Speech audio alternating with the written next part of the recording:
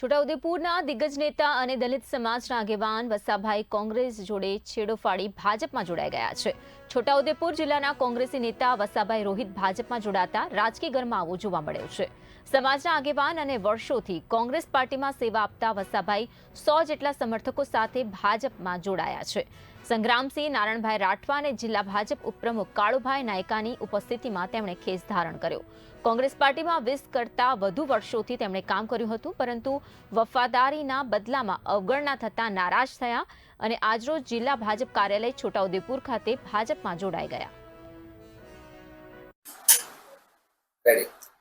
દલિત સમાજના હર હંમેશા સેવા કરતા અને હંમેશા લોકોના હિતમાં કામ કરતા એવા વસાભાઈ રોહિત અને એમની સાથે એમના સમર્થકો આજે ભારતીય જનતા પાર્ટીનો ખેસ પહેર્યો છે। તેઓના પરિવારમાંથી તેમના પત્ની પંચાયતમાં ડેપ્યુટી સરપંચમાં છે અને ઘણા વર્ષોથી તેઓ કોંગ્રેસમાં પીઢ કાર્યકર તરીકે કામ કર્યું, તાલુકા પંચાયતમાં લડ્યા, પણ આજે તેઓની અવગણતા થતા તેઓ ભારતીય જનતા પાર્ટીનો ખેસ પહેર્યો છે અને આજે વિધિવત રીતે તેઓ અમારા કાર્યાલય પર આવીને એમના સમર્થકો સાથે આવીને અને પૂરજોશમાં આ ચૂંટણીમાં જોરદાર જવાબ આપવા માટે તૈયારી કરીને આજે ભાજપમાં જોડાયા છે। હું કોંગ્રેસમાંથી ફોર્મ ભર્યું હતું અને કોંગ્રેસમાં હું ફોર્મ નથી ભર્યું, એ લોકોએ મને કાર્યાલયમાં બોલાવવામાં આવ્યો હતો।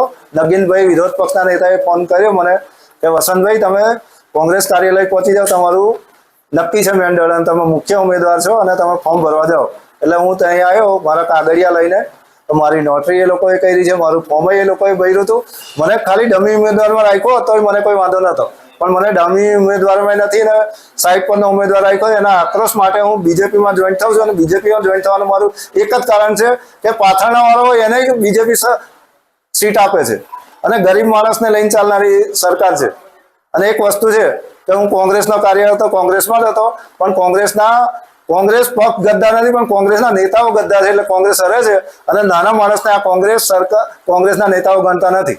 એટલા માટે હું બીજેપીમાં જોઈન થયો છું અને બીજેપી એવો માણસ છે, પક્ષ છે કે નાનાથી મોટા માણસને લઈને સીટ આપે છે।